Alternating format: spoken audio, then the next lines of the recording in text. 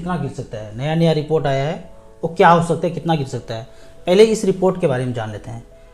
इस ग्रुप ने अदानी पे आरोप लगाया था कि आप अपने ही पैसे से अपना शेयर बढ़ा रहे हैं, और जब बहुत बढ़ गया, साधारण इन्वेस्टर में उसमें पैसा लगाया, आप गिराए और साधारण इन्वेस्टर का पैसा आपके पास आ गया, अपने ही पैसे से चालबाजी करके शेयर को बढ़ा दिया।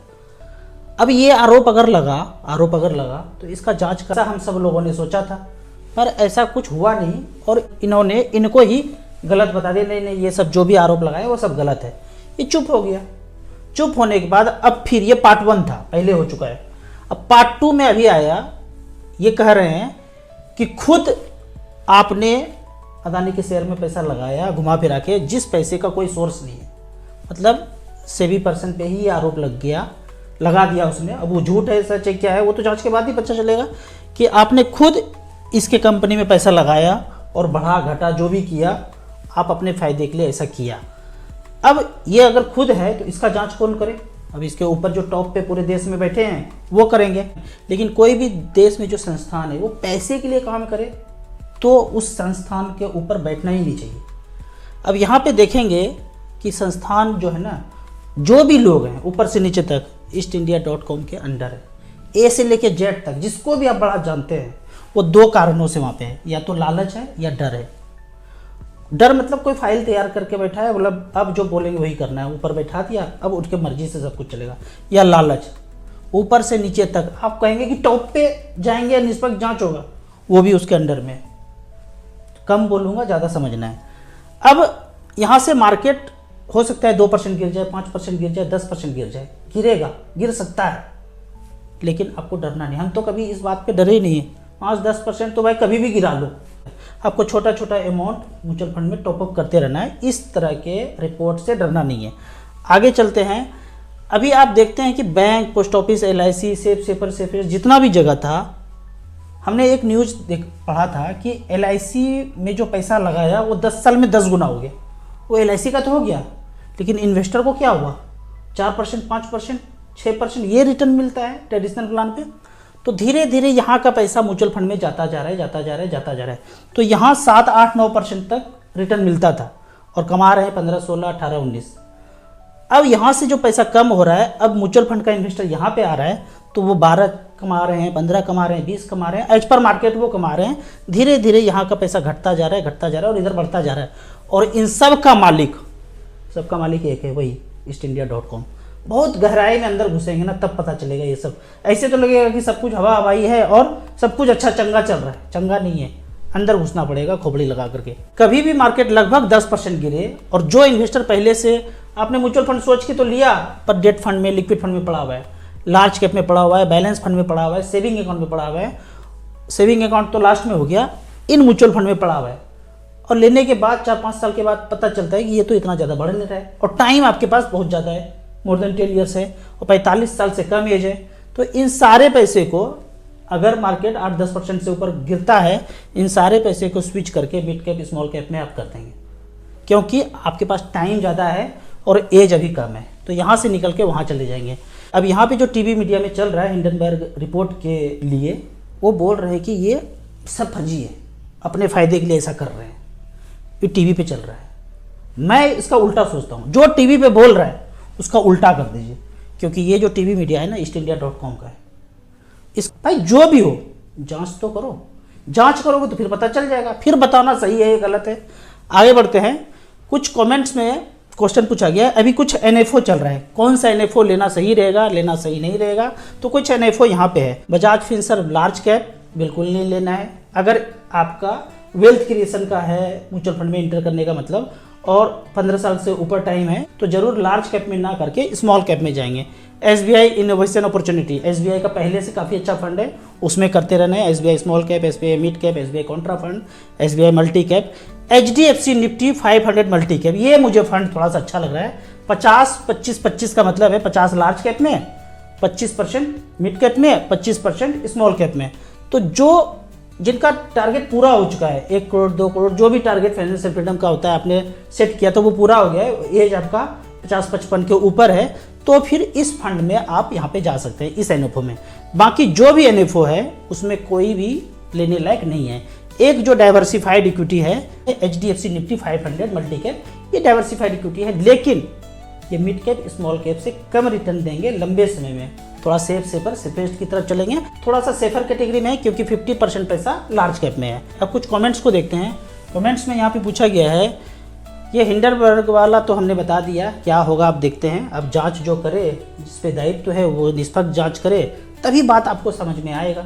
नहीं तो हम लोग साधारण आदमी, हमें क्या पता चलेगा, हमें तो आप जो बताएंगे वही समझ में आएगा।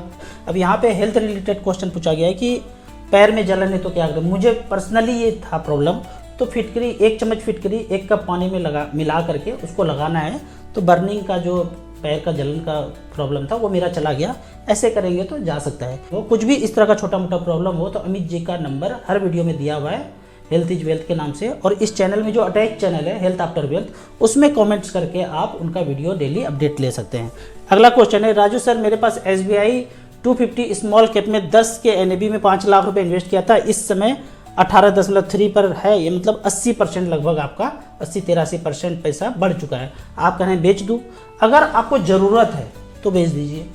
आप सोच रहे हैं मार्केट लाइफ टाइम हाई है, गिर जाएगा, खत्म हो जाएगा, उस सेंस में बेचेंगे तो फिर आप दोबारा नहीं आ पाएंगे। आपको गाड़ी का डाउन पेमेंट करना है, काफ़ी दिनों से सोच रहे थे कि बड़ा चीज़ खरीदना है, तो इस तरह के काम में अपना पैसा आप निकाल करके यूज कर लीजिए, क्योंकि मार्केट लाइफ टाइम हाई है तो आप पैसा निकाल के यूज कर लीजिए। लेकिन आपको कोई ज़रूरत नहीं है, सब कुछ सही चल रहा है, लेकिन कि प्रॉफिट बुक करना है तो मैं कर लूँ फिर बाद में लगा दूँ, वो बाद में आप लगा नहीं पाएंगे। तो एज पर रिक्वायरमेंट आप डिसाइड कीजिए आपको क्या करना है। मैंने कभी इस तरह से बेचा नहीं कि बढ़ गया तो बेच दूंगा, ज़रूरत है तो ज़रूर बेचिए। मैं सरकारी जॉब में टैक्स सेविंग के लिए 65,000 रुपये सालाना LIC में दे रहा हूँ। SIP ELS में लगाने में अच्छा रहेगा या LIC में? बिल्कुल यहाँ से निकल जाइए, LIC में जो भी पैसा जा रहा है 65,000 सालाना का, वहाँ से निकल के ELSS म्यूचुअल फंड में आप चले जाइए। StarSIP.in में 7 नंबर पे ELSS कैटेगरी को आप अध्ययन कर सकते हैं। क्या करना पड़ेगा, यदि डिविडेंड का पैसा 5 साल पहले था और वो आया नहीं अकाउंट में, होता है ऐसा कि आपको डिविडेंड आना था, उस एड्रेस पे है नहीं, चेक गया और चेक वापस चला गया और आपके अकाउंट में पैसा नहीं है, तो 5 साल से ऊपर है तो आपको कैम्स कार्बी के ऑफिस में जाना पड़ेगा, रिटर्न रिक्वेस्ट देना पड़ेगा। जो कागजी कार्रवाई, ज़्यादा कुछ कागजी कार्रवाई म्यूचुअल फंड में होता नहीं है, जो बोला जाएगा वो आप लगा। ज़्यादा से ज़्यादा क्या दीजिएगा, पैन कार्ड दीजिएगा, आधार कार्ड दीजिएगा, एड्रेस प्रूफ दीजिएगा, KYC होने के बाद आप अपना एक बैंक अकाउंट डिटेल्स दीजिएगा। जो भी प्रोसीजर होगा धीरे धीरे करके पैसा वो आ जाएगा, खत्म नहीं होगा, डूबेगा भागेगा कोई नहीं। जो भी प्रोसीजर करने के बाद आपके पैसा अकाउंट में आ जाएगा। इसके लिए आपको कैम्स कार्बी या फिर जो भी म्यूचुअल फंड का AMC है उस AMC में आपको विजिट करना है। AMC हर सिटी में होता नहीं है, इसलिए मैं कैम्स कार्बी बोलता हूँ। अगर उस मान लो SBI का है तो SBI के ब्रांच में, म्यूचुअल फंड के ब्रांच में जाना है, अगर वो नहीं है तो कैम्स के ब्रांच में जाना है, तो काम हो जाएगा। बांग्लादेश में जो कुछ भी हो रहा है उस पर आपका क्या राय है?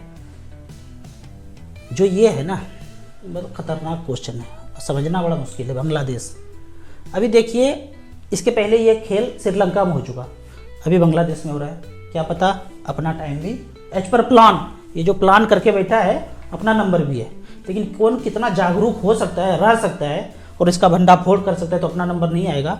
अब यहाँ देखिए, भूतकाल के समय में पूरे देश में ताला लगाना था, पर ये बड़ा काम है, पर इसका एक्सपेरिमेंट कैसे करें, ट्रेनिंग कैसे करें? तो EastIndia.com ने छोटा सा जगह पकड़ा, वो जम्मू एंड कश्मीर को, और AB के चक्कर में हिंदू मुस्लिम में बोल करके भाई ऐसा कर दिया, ठीक है, और वहाँ हटा दिया जो भी हटाया धारा।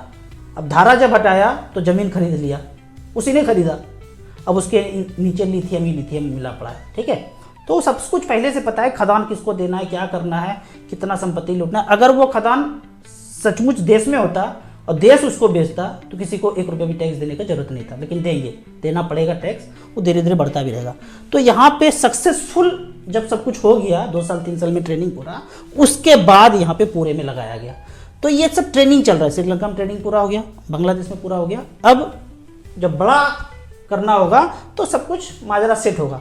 अगर यहाँ फेल हो गया, वहाँ फेल हुआ होगा, हमें नहीं पता है, तो यहाँ भी वो करने का हिम्मत नहीं जुटा पाएगा। और एक चीज़ यहाँ पे और समझना है, जो भी व्यक्ति अभी बोलते हैं बांग्लादेश का ये नया चेहरा हो जाएगा और ये उसको तार देंगे, मतलब बेतरनी पार लगा देंगे। जो भी व्यक्ति इस प्लेटफॉर्म पे आपको दिख जाए वो EastIndia.com के अंदर है, एकदम अंदर है। और ये कभी भी मानव जाति के लिए अच्छा काम नहीं किया, न 47 के पहले और न अब। टोटल का टोटल इसके अंडर में। इसका नाम बदल गया है और है वही 47 के पहले वाला। तो ये अब कर्ता बनेंगे और हो सकता है जो इसके पहले अभी थे वो ज़्यादा अच्छा काम कर रहे होंगे या फिर मोगेम्बो का बात नहीं मान रहे होंगे, तो जो ना मानेगा उसको हटा दिया जाएगा। अब ये जब आएंगे तो ये ज़्यादा मीठा चाकू से धीरे धीरे काटा जाएगा। और मीठा चाकू से मजा क्या है ना कि पता चलता है कि मर भी नहीं रहे हैं, जिंदा रहे, पता ही नहीं चलता है। तो क्या होगा वहाँ का वो भविष्य बताएगा। अगले क्वेश्चन पे चलते हैं। मैंने 80,000 का HDFC डिफेंस में खरीदा, अब वो 1,10,000 का हो गया है। 80,000 निकाल लूँ तो कितना short term capital gain tax लगेगा। आप देखिए, जब आपने खरीदा था तो यूनिट को कितने प्राइस में खरीदा था, मान ले 10 में खरीदा, और अभी जो भी प्राइस चल रहा है कितना यूनिट आपका बिकेगा 80,000 में बेचने में, उतना यूनिट बिक गया। तो जितने में खरीदे थे और कितने में बेचे उसका डिफरेंस निकाल लीजिए तो आपका गेन हो गया। उस गेन पे 20% टैक्स लगेगा ही लगेगा, कोई उसको बचा नहीं सकते हैं, क्योंकि ये short term capital gain tax है। लॉन्ग टर्म में होता तो 12.5 होता, शॉर्ट टर्म है तो 20%। अभी जो नया नियम आया है उतना